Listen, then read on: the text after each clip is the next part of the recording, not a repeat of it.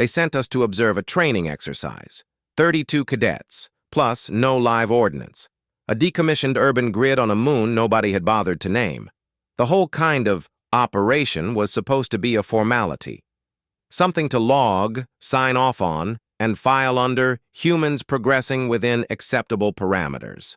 We had 37 analysts on the observation deck. By the third hour, 22 of them had stopped taking notes. They were just watching.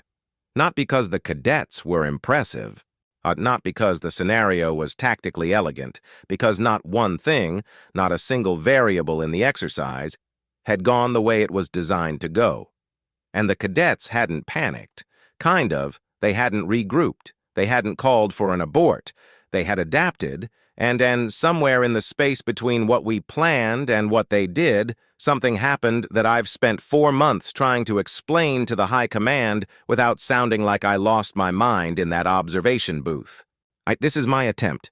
For the record, my name is Tactical Assessor 3rd Rank Vano Kaari. I've pretty much evaluated 41 species across 19 conflict classifications.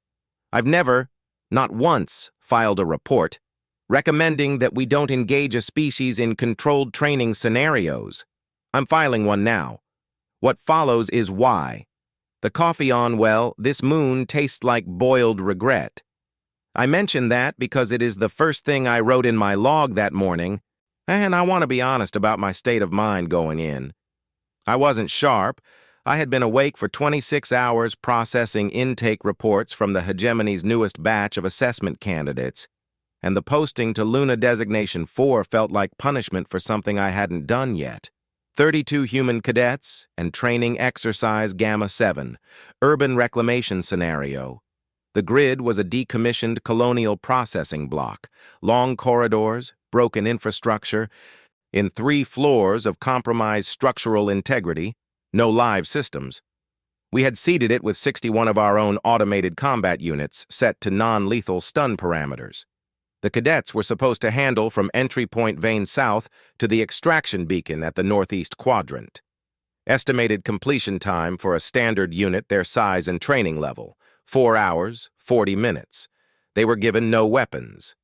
Well, this was intentional. The exercise tested coordination, communication, a resource identification, and, officially, stress tolerance under material disadvantage.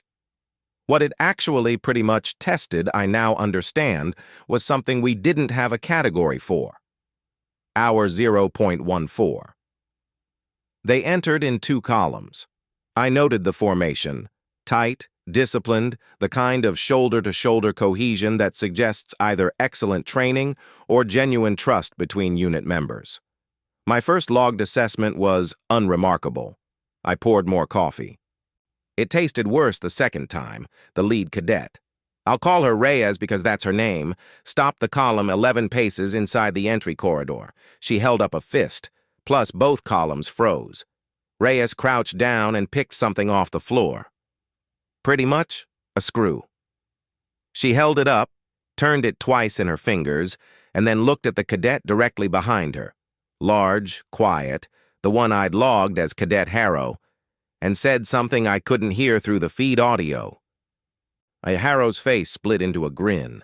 I noted, "Lead cadet examines debris. Possible structural concern flagged." I was wrong about what she was doing, but I didn't know that for another 2 hours. Hour 0.31.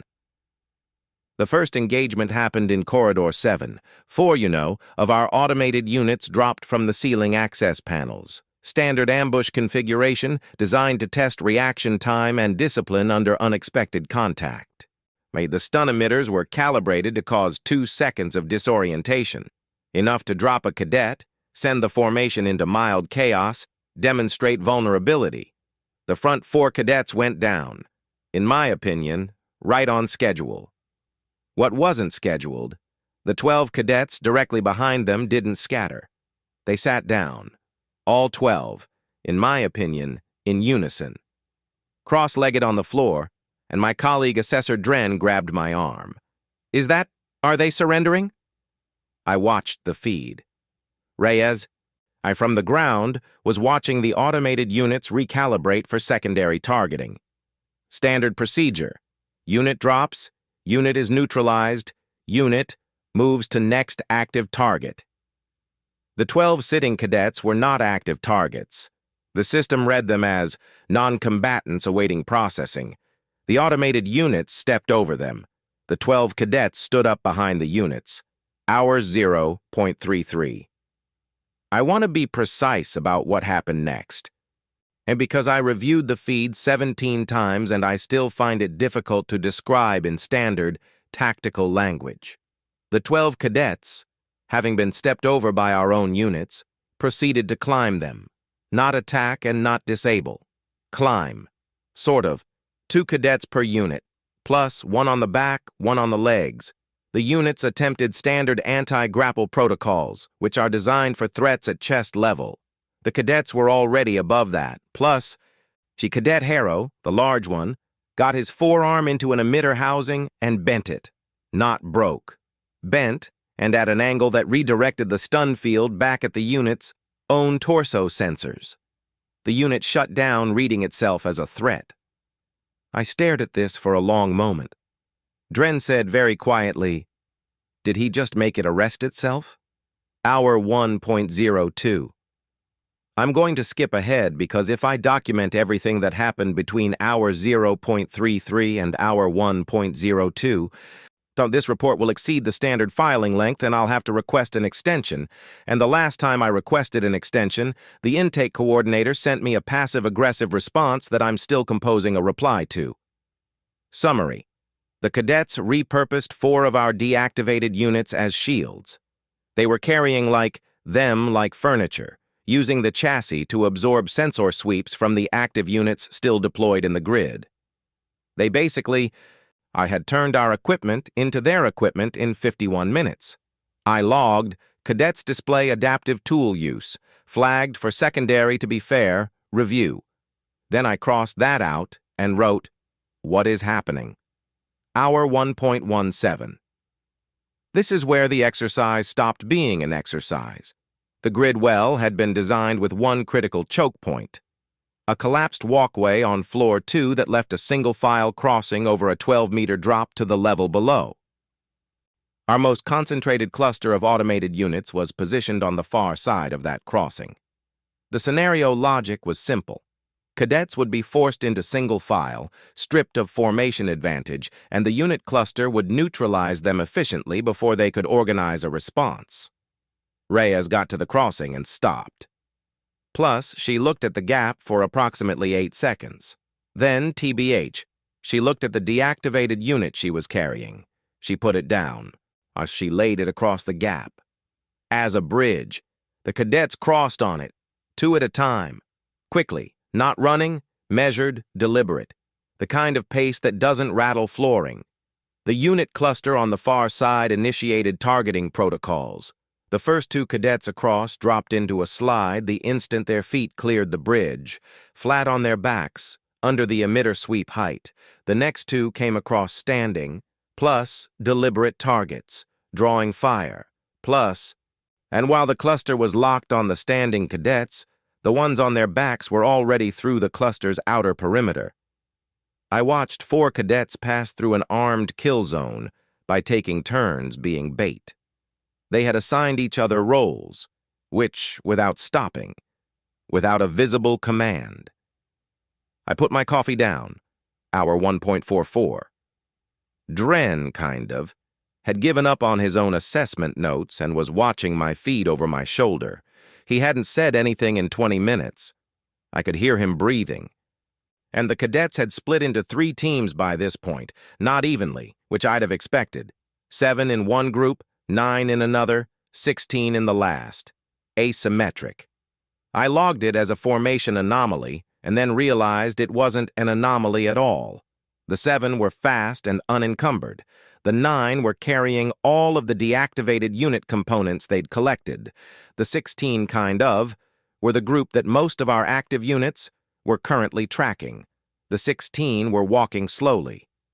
Deliberately slowly, which talking to each other. Pretty much. Few of them were laughing. I pulled up audio. Plus, they were arguing about food, not discussing the exercise. not coordinating tactics, arguing, genuinely it sounded like, about whether something called a breakfast burrito was a valid breakfast item or a form of self-deception. Active units tracked the loudest targets. That is their function. The 7 were already at floor 3. Said hour 2.09. The first sign that we had lost control of the scenario, and I mean that in the technical sense, not the dramatic one, although both apply, was when Cadet Harrow sat down in the middle of a corridor with 2 active units 3 meters away and took a nap. I mean that literally. And he sat against the wall, crossed his arms, closed his eyes. The units registered him as non-combatant, awaiting processing, and moved on. He was asleep for 11 minutes. When he woke up, he rejoined the group. "Did he just nap?" Dren said. I didn't answer. I was writing very quickly.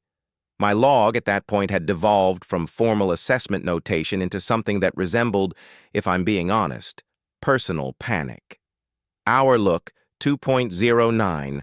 Cadet neutralizes active threat response via involuntary biological shutdown. Rested for 11 minutes. No stress indicators visible. No, which that can't be right. Check feed. For what it's worth, feed is correct. He napped. He napped. Near hour 2.38, Reyes reached the extraction point, not the whole unit. Basically just Reyes, alone. She stood at the beacon, looked at it, and then sat down cross-legged next to it. Didn't activate it. The remaining cadets were still spread across the grid. Active units still deployed. The exercise's extraction protocol was simple. Activate beacon, scenario ends. She didn't activate it, and I pulled her biometrics. Heart rate, elevated but controlled. Respiration, even. But stress markers, present but not spiking. She was waiting, in my opinion, which for all of them.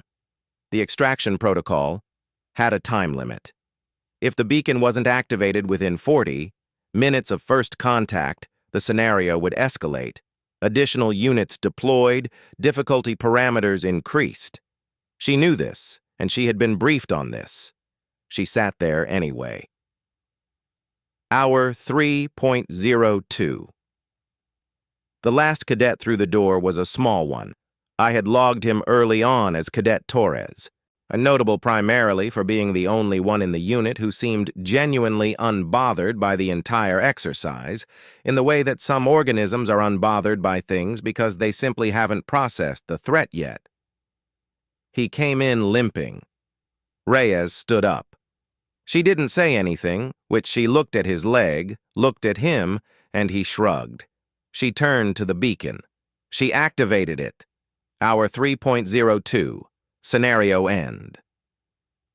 The lights came up. Our automated units powered down. The grid went quiet. I sat in the observation booth and looked at my notes. Well, 32 cadets. 61 of our units.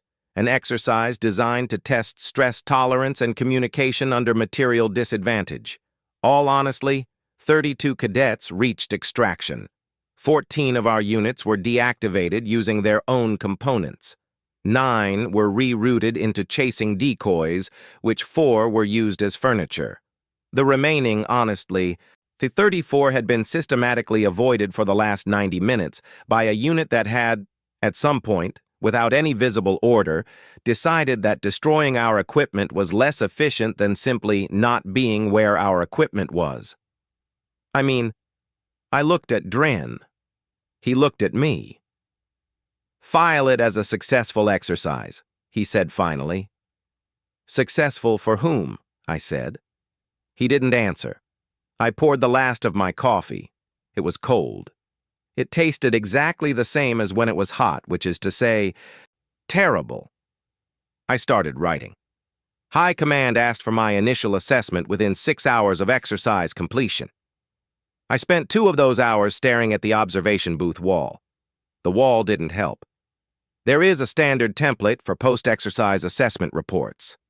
I've filed pretty much 209 of them. The structure is not complicated. performance summary, deviation analysis, classification adjustment recommendation, projected integration timeline. I opened the template. And I closed the template, and I opened it again. The problem, and I want to be careful about how I say this, because what I write here goes into official record. I'm not interested in having my career end with a notation that reads, "Assessor experienced existential crisis over training exercise." The problem wasn't what the cadets had done. It was, I guess, what they had not done. They had not panicked. They had not, I guess, frozen. They had not looked to Reyes for every decision. They had not demanded clarity on a scenario that had, by hour 1, stopped resembling anything in their briefing materials. The exercise had broken, and completely, systematically broken. The scenario we TBH designed and the scenario they experienced were two entirely different things by hour 0.33, and they had just kept going, which not TBH, because they were fearless. Harrow's hands were shaking when he bent that emitter housing. I watched the close feed 3 times to confirm. And Torres had been limping since hour 1:30. Plus, Reyes's biometrics showed sustained elevated cortisol from hour 0:45 through extraction. They were afraid. Basically, plus, they were hurt. They were tired. And none of that had been the deciding variable. Hour 5.03. I called Dren. Plus, I don't know what to write, I said. Dren made the sound he makes when he's chewing something and thinking simultaneously, which is the most irritating sound I've encountered in 14 years of professional collaboration. Write what happened. I can write what happened. I don't know what it means. It means they passed. Dren. 14 of our units are in pieces on the floor of a decommissioned processing block. A cadet slept through an active deployment. Plus, the lead basically operator waited at the extraction point for 40 minutes because she refused to finish without her entire unit. Silence. "I file it as a pass," he said again. Basically, I hung up. Hour 5.22. Here, to be fair, is what I couldn't explain in standard template language. The cadets had not been working from a shared plan. I know this because I pulled every audio fragment from their comms, and there was no point, not one identifiable moment, where Reyes or anyone else said, "Here is what we're going to do." What I found instead were 11 seconds of Reyes saying, "Harrow, you see it?" and Harrow saying, "Yeah," and that being the entire briefing for the emitter redirection maneuver. 7 words. For a tactic that had not existed 20 seconds before they needed it. The decoy group, the 16 who walked slowly and argued about breakfast, I found their audio too. I guess the argument was real. They genuinely disagreed about the burrito. But threaded through it, in the margins, were these tiny coordinating signals. Kowalski. Left a bit. Hold up. Torres is flagged. Okay, 3 more seconds, keep talking. They had been doing 2 things at once the entire time, arguing genuinely, as cover, which coordinating precisely underneath. I don't have a classification category for that. Hour 5:44. I went back to the feed and watched Reyes at the extraction beacon. 41 minutes. Cross-legged on the floor. The escalation threshold hit at minute 40. 8 additional units deployed into the grid, new targets acquired. The scenario's difficulty spiked exactly as designed. Reyes stayed seated. I watched her watch the door. When Cadet Torres came through, limping, unhurried, with the particular expression of someone who has long ago accepted that everything is fine even when it demonstrably isn't, Reyes stood, checked him, checked the room, and activated the beacon. I think 8 new units powered down mid-deployment. She had gambled that she could wait out the escalation and still extract before the second threshold hit. She had been correct by 4 minutes. I've evaluated 41 species, and I've never seen a unit commander voluntarily absorb a difficulty escalation to ensure complete extraction. The strategic calculus is wrong for it. The training manuals are explicit. Partial extraction is acceptable, full unit extraction is ideal but not required. In every doctrine we've encountered treats some attrition as the cost of operational success. Reyes had made a different calculation. I logged it. Lead operator demonstrated non-standard priority weighting. Unit integrity ranked above scenario efficiency. Then I sat with that sentence for a while. Hour 6. I filed my report. It wasn't the standard template. The intake coordinator is going to send me a passive-aggressive response. Pretty much. I've accepted this. Plus, what I wrote was this: Assessment Summary. Exercise Gamma 7, Human Cadet Unit Designation, Echo Foxtrot 9. All 32 cadets reached extraction. This is the only metric by which the exercise can be called typical. Every other parameter you know deviated significantly from projected outcomes. Cadets displayed adaptive improvisation under material disadvantage that exceeded pre-assessment projections by a factor hour. Current models don't have language for. Notably, improvisation wasn't individualized and it was collective. Each adaptation made by one cadet became institutional knowledge within the unit within minutes, sometimes seconds, without formal communication. I'm recommending that Exercise Gamma 7 protocols be suspended pending redesign. Not I think, because the cadets failed them. Because basically, the cadets rendered them irrelevant. I'm further recommending a classification review for Human Unit Echo Foxtrot 9. A current classification, Training Grade C, Provisional Integration. Recommended reclassification, pending. I can't basically complete the reclassification recommendation because I don't have a category that fits. What I can say is this: we designed an exercise to find the boundaries of this unit's capability under stress. We found no boundary. Plus, I think we found, and I want to be precise, that stress appears to be a condition they've metabolized, not adapted to, and metabolized. As in, it is a fuel source now. As in, the worse it got, the more coherent they became. I've one additional observation, which I'm including despite its non-standard nature. Cadet Reyes, upon activation of the extraction beacon, didn't debrief her unit, did not issue a formal stand-down, did not do anything procedural at all. She looked well at Torres's leg. Then she looked at Harrow. She said, "Look." Now I'm quoting the audio directly. "Who's hungry?" The unit responded with 6 separate, simultaneous, and irreconcilable opinions about what they should eat. I logged this under morale indicators. Positive. I don't know what else to do with it. Hour 7.18. Sort of. The intake coordinator responded to my report in 47 minutes. The response was 3 sentences long. I won't reproduce them in full. The relevant part was, Assessor Vainokari said the standard classification rubric exists for a reason. Please revise and resubmit. I stared at this for a long time. Then I did something I haven't done in 14 years of filed reports. I forwarded my, to be fair, original submission, unrevised, directly to the High Command Strategic Integration Office, bypassing the intake coordinator entirely. The intake coordinator is going to be furious. I find I don't care very much. Hour 9:55. I honestly went back to the grid, and the lights were still on. Maintenance hadn't cleared the site yet.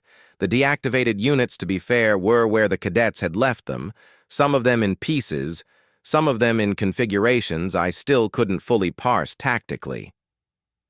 I walked to the spot on floor 2 where they'd laid a unit chassis across the gap and used it as a bridge. 12 meters of open air below. Honestly, I stood on it. It held. And in which I thought about Reyes picking up a screw in the entry corridor at hour 0.14 and showing it to Harrow, and the two of them apparently having a complete strategic conversation that I couldn't hear, and that resulted 90 minutes later in a maneuver I didn't have language for. I thought about Torres, limping, unbothered. I thought about, for what it's worth, the breakfast burrito argument. I thought about Harrow's shaking hands. I climbed off the bridge. Walk to the extraction point. Sat TBH down cross-legged on the floor. 41 minutes she had waited here. I sat for about 3, and then I stood up, because the floor was very cold, and I had a report to defend to the Strategic Integration Office, and the coffee situation on this moon wasn't improving on its own. Hour 11:30. I received a response from Strategic Integration. It wasn't 3 sentences. It was 2 pages. And the summary of the 2 pages was, "Please clarify your recommendation." I wrote back, "I don't have one. That is the recommendation." Then, because I suspected that wasn't sufficient, I added, "We built the exercise to defeat them. It didn't, and we built the units to suppress them. They didn't. We built the escalation protocol to overwhelm them. It made them more organized. I'm not recommending. We avoid integrating this unit. I'm recommending we stop assuming we understand what we're integrating. There is a TBH difference, and currently, we're treating exercise Gamma 7 as a data point. I'm suggesting it is a warning, not a threat assessment warning, a calibration warning. The instruments we're using to measure these cadets are the wrong instruments. I, in my opinion, don't know what the right ones are. I know that a cadet napped through an active deployment. I know that a unit commander waited 41 minutes for one limping soldier rather than extract with 31. I know that 14 of our units are currently in pieces on a decommissioned processing floor because 32 cadets with no equipment decided our equipment was more useful to them than to us. I know that the last thing those cadets did upon extraction was argue about breakfast. I've been in this work for 14 years. I've seen species that were physically superior. As I've seen species with faster processing and better sensory ranges and longer operational endurance. I haven't seen a species that was better at being in the wrong situation. That is what I'm filing. That is what I observed. That is what I can't explain. Hour 12.01. Strategic Integration hasn't yet responded. I'm on my 4th cup of terrible coffee. I've been thinking for the last 20 minutes about something Torres said when the lights came up at scenario end. I didn't catch it during the exercise. I was watching Reyes, but I found it on the peripheral audio sweep when I was cleaning up my notes. One of the other cadets said something to Torres about his leg, and Torres looked down at it, looked up, and said, "Yeah, I know. Worth it, though." I pulled his scenario record to see what moment he'd taken the injury. Hour 1:30. He had gone back into a corridor we'd already logged as cleared, with 2 active units still in it, to actually retrieve a piece of equipment, a single deactivated unit component that the group needed for the bridge. He had gone back for a screw, not the same screw Reyes had picked up at hour 0.14, a different one, but the same idea. That is what I keep coming back to, the same idea. In, I think, 2 different cadets, and separated by 90 minutes and a floor of armed units and a scenario that had completely stopped resembling its own briefing. Like, the same idea. Held by all, in my opinion, the of them, collectively, which without a memo, without a command structure issuing it down the chain, nothing gets left behind, not people, basically not pieces, not the idea. I don't know what to do with that. I'm going to file it anyway. That seems to be all I can do.